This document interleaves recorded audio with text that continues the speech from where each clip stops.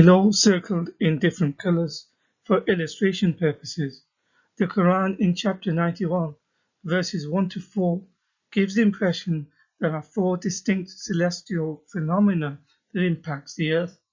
These are the sun, the moon, the day and the night. It says, by the sun and its brightness, and the moon as it follows it, and the day as it unveils it, and the night as it conceals it. The moon does not follow the sun, by the way. Quran 21:33 mentions each of these again separately and how they each follow an orbit. And He is the one who created the day and the night, the sun and the moon, each swimming in an orbit. Notice there is no mention in the Quran about the earth following the sun in an orbit, which would have been more scientifically accurate. Again, in Quran 16:12, it says, He has subjugated for you the day and the night, and the sun and the moon, and the stars are subservient by His command. This last verse includes stars. However, the sun is just one of countless trillions of stars in the universe. As just shown, when the Quran talks about Allah creating the night and the day, it seems to imply that they are distinct and mutually exclusive. However, the night is simply the absence of sunlight. It is not a separate entity, as on Earth, when half the world is day, the other half is night. This is due to the Earth revolving around the sun. The day and night may be distinct and mutually exclusive in a flat Earth model, as not only do the verses give no indication that the Earth revolves around the sun, it suggests that the sun revolves in an orbit around the Earth. The reality is that day and night are not distinct because there are times, such as the dawn and dusk, when the night and day are not defined because they are overlapping, notwithstanding eclipses, which will be mentioned in another video. Here is a simulation of what happens to create day and night, which the Quran gives no indication of.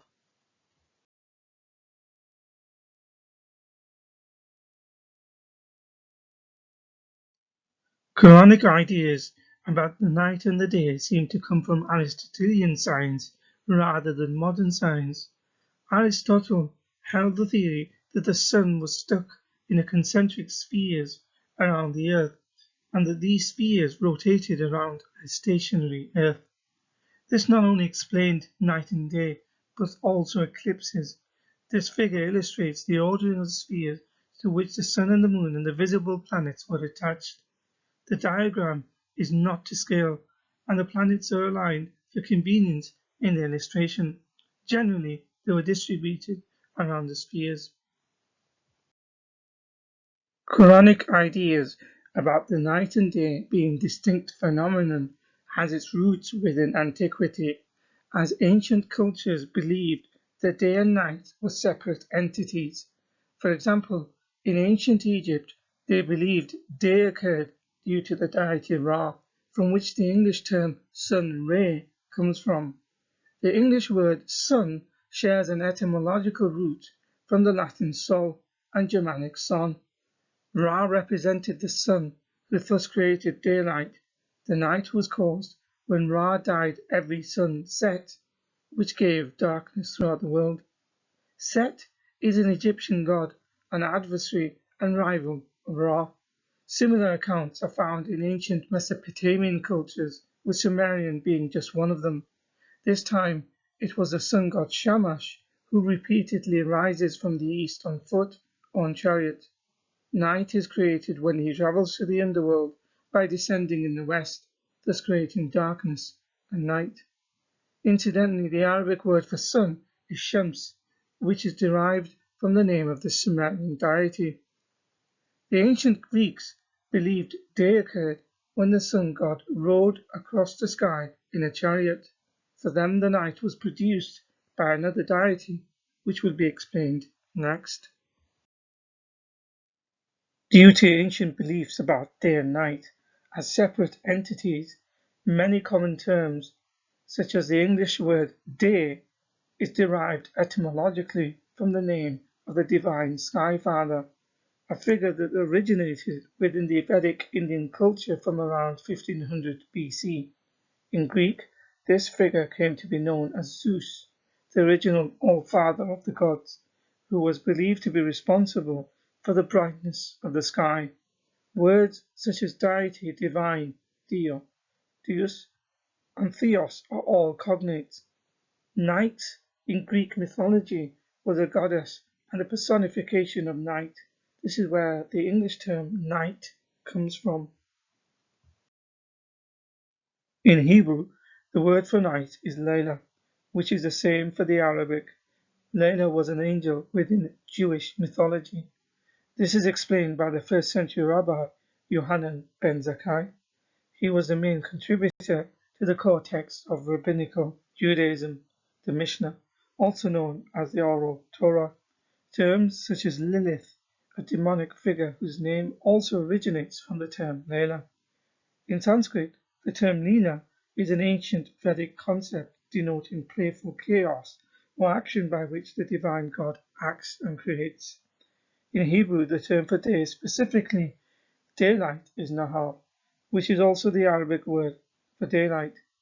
The word Nahar comes from Yam Nahar, the god of the sea in the pantheon of ancient Canaanite and Phoenicians. The old Semitic word Yem meant sea, a word that is also found in the Quran to mean sea. The term Yom in Hebrew means day as in 24 hours. In Arabic, it is Yom, as Yam Nahar was the deity of the seas. Both in Hebrew and Arabic, Nahar also came to mean river from the trilateral letters Nahara. Now, a hadith we will look at to understand what the Quran actually means by night and day. In Sahih al-Bukhari 1145, it says, Allah's Messenger said, Our Lord, the Blessed, the Superior, comes every night down on the nearest heaven to us when the last third of the night remains, saying, Is there anyone to invoke me so that I may respond to invocation?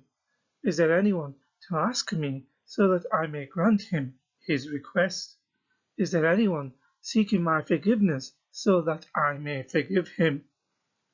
This means in the year 2021, with Muslims living all over the globe, and no doubt some will be praying at night and invoking Allah, bearing in mind at some point on earth where there is night, the other half is day.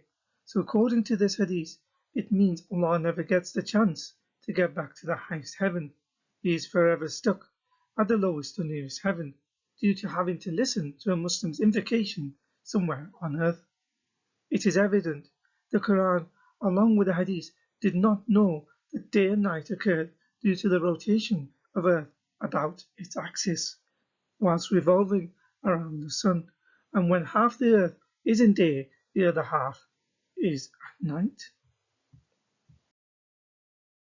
Some apologists have used a verb found in Quran 39:5, yukawwir, which means to wrap or coils, to claim that the earth is spherical in the way the night coils itself around the earth.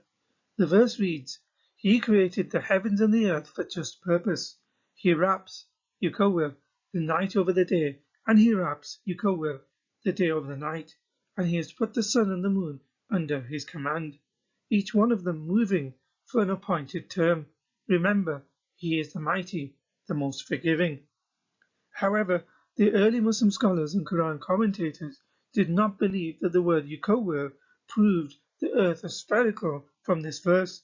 For example, Mujahid ibn Jabr, one of the earliest and first commentators of the Quran, says about the verse that it means, underlined in red, the night turns into day and the day turns into night.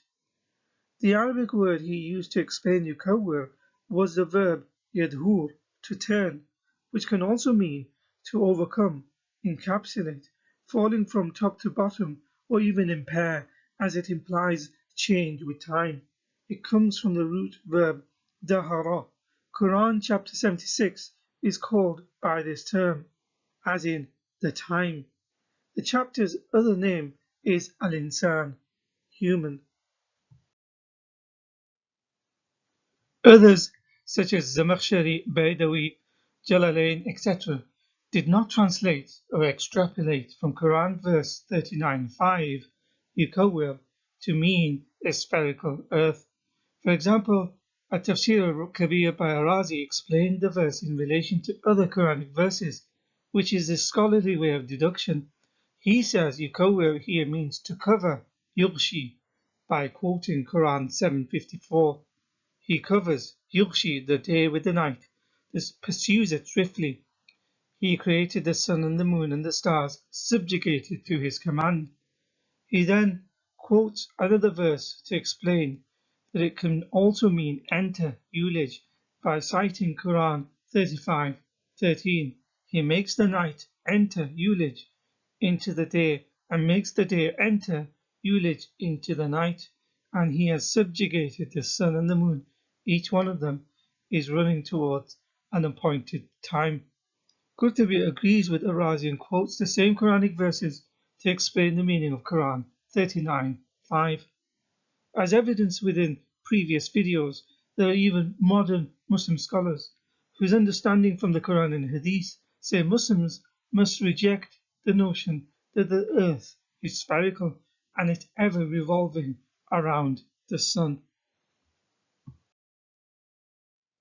Although the Quran is not explicit in its evidence about the spherical nature of the earth and its rotation around the sun, although modern apologists claim it is, Pythagoras, who died in 495 BC, believed that the earth, the moon, and other heavenly bodies were spherical. Philaeus introduced the concept that the earth is in motion around the sun. He is credited with the earliest known discussion of concepts in the development of heliocentrism. This is 900 years before the Quran. Although he believed in a geocentric world view, Aristotle did, however, affirm the sphericity of the earth.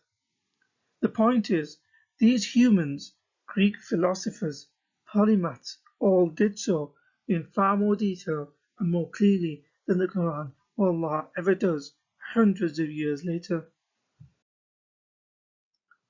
So in conclusion, the Quran talks about the sun, moon, night and day as separate entities, but the night and day are products of the movement of the earth around the sun and the moon around the earth. The Quran makes no reference to this. This is because the Quranic understanding seems to be a derivation of Aristotelian science rather than modern science. Further, night is simply the absence of the sun's light on earth, and day is sunlight as a result of the earth's rotation around the sun. They are not separate or mutually exclusive as the hadith shows. There are times when there is an overlap, such as dusk and dawn, when neither time can be called day or night. In ancient times, they viewed the day and night as separate entities caused by a deity of the day or night. Many terms, whether in English or Semitic, originate from pagan cognates for deities. Modern Muslim apologists have tried to use certain verbs such as yukawwir in Quran chapter 39 to say it means the earth is spherical. However, earlier commentaries never derived this conclusion, nor some modern-day scholars. Ancient Greek philosophers and polymaths understood and explained the planetary motions and its shape better than the Quran long before Muhammad. and Islam.